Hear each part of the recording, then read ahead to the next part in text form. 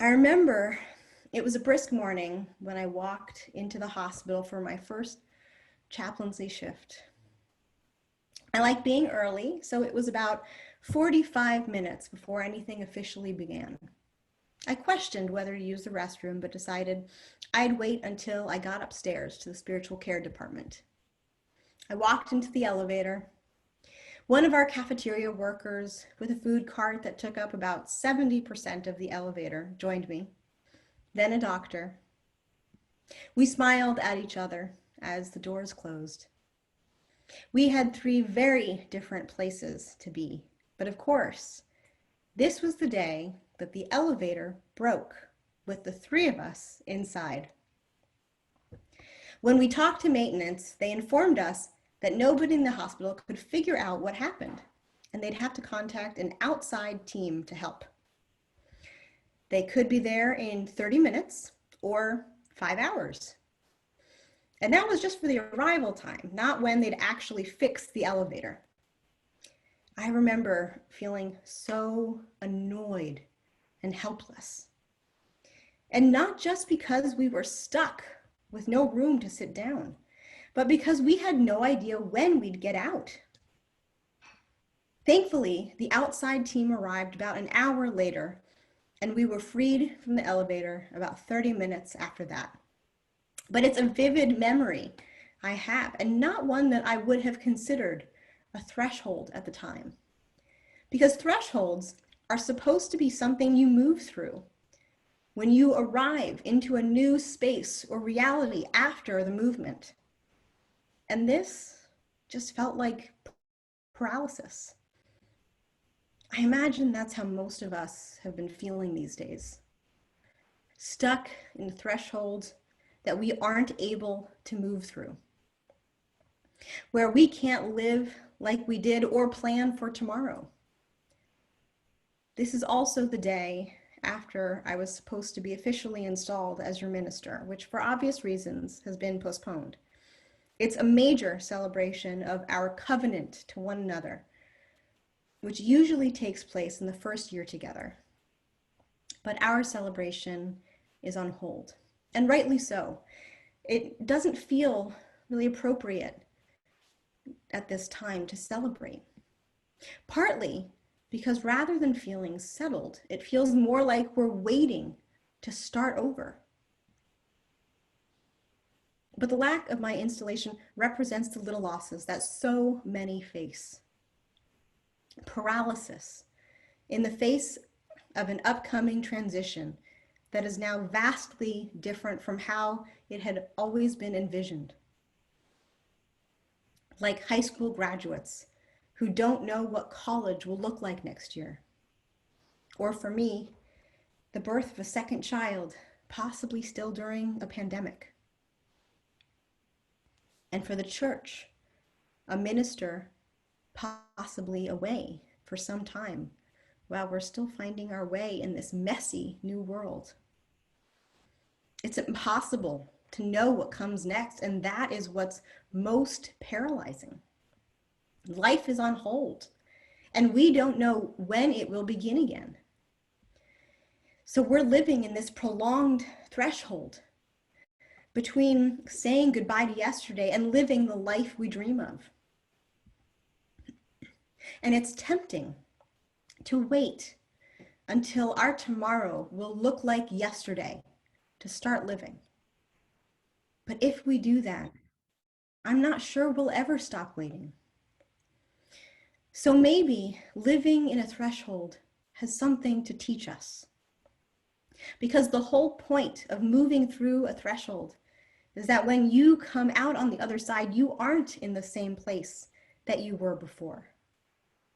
And this is a threshold where we have no idea what's on the other side or when we'll arrive. And part of what I think is so challenging about being in this moment as Unitarian Universalists is that I'm not sure we have the spiritual resources for this moment.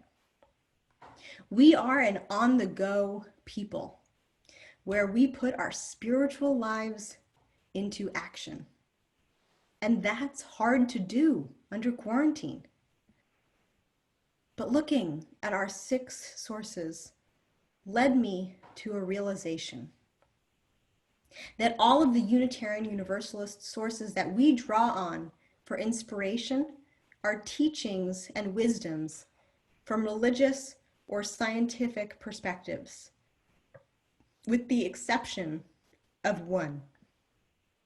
Our very first source is experiential, citing direct experience of that transcending mystery and wonder affirmed in all cultures, which moves us to a renewal of the spirit and an openness to the forces which create and uphold life. And I love this source. But in this moment, in this threshold, I'm finding a crucial spiritual source to be absent from our 6 sources. Experiences of the profoundly mundane. Because the mundane teaches us how to grow, how to love, how to care for each other and ourselves. In fact, sometimes the mundane has the most to teach us about who we are and what we believe. As most of you know, I've been home with my toddler for the past 7 weeks. And if I'm being honest, my world has not been overwhelmingly spiritual. It's been focused on making sure we have the food that we need, that Tally has the resources that she needs to feel as safe as possible in this weird new environment. It's been focused on making sure UUCIL is cared for, loved, and ministered to. I'm profoundly grounded in logistics right now. And yet, it clarifies my role as both a minister and a mom. My job is to be present to this moment, to strategize not out of anxiety, but in the service of being more present to our emotional health. And when we don't know what comes next, we can only plan for presence. One that assumes the world we currently live in, or one that is similar. I didn't know it at the time, but my time in that broken elevator would in fact be a threshold. As we stood in that elevator getting to know one another, I saw my chaplaincy role differently. Not a ministry that was just to sick patients and their families, but to the entire hospital system. Out of that experience, I ended up having a close relationship to the cafeteria worker who'd been bringing food to patients. And when her mother died suddenly in a car crash, she knew she had someone who would advocate for her needs. In part because it was in her best interest, but it was also in the hospital's best interest for all of their employees to be cared for, all out of being stuck in an elevator. A moment I thought of as a time I was unable to move forward.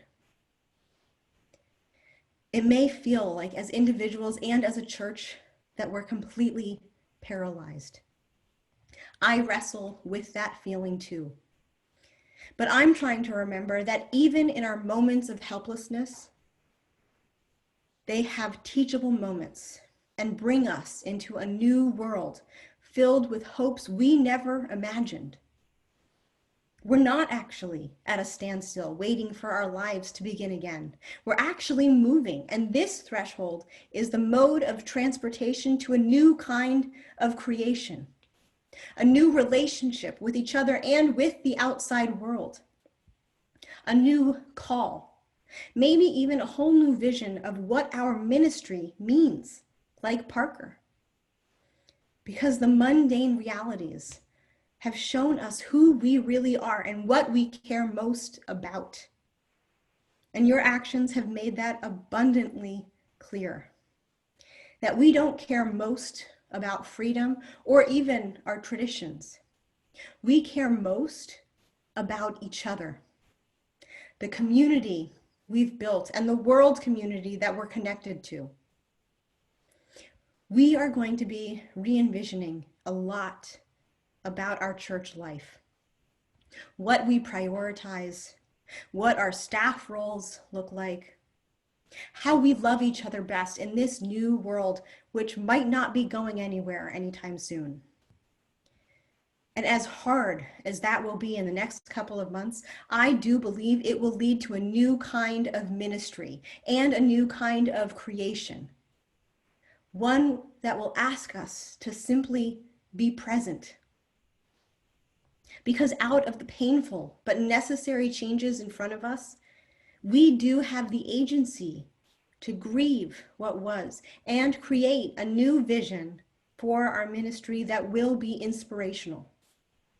And we have this same opportunity on a global scale, because this is a threshold to a new world where all are valued, all are loved, and all are cared for. Sometimes the most sacred space is created out of the utterly mundane.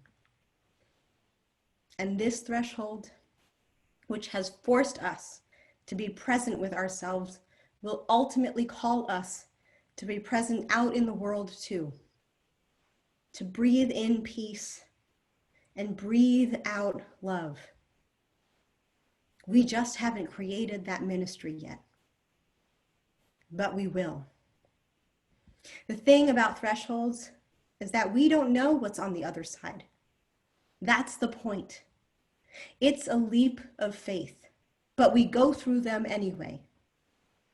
So join me, friends, in moving through this threshold, because I believe that a ministry of presence is waiting for us on the other side, and we will have created it. May it be so. Blessed be, and amen.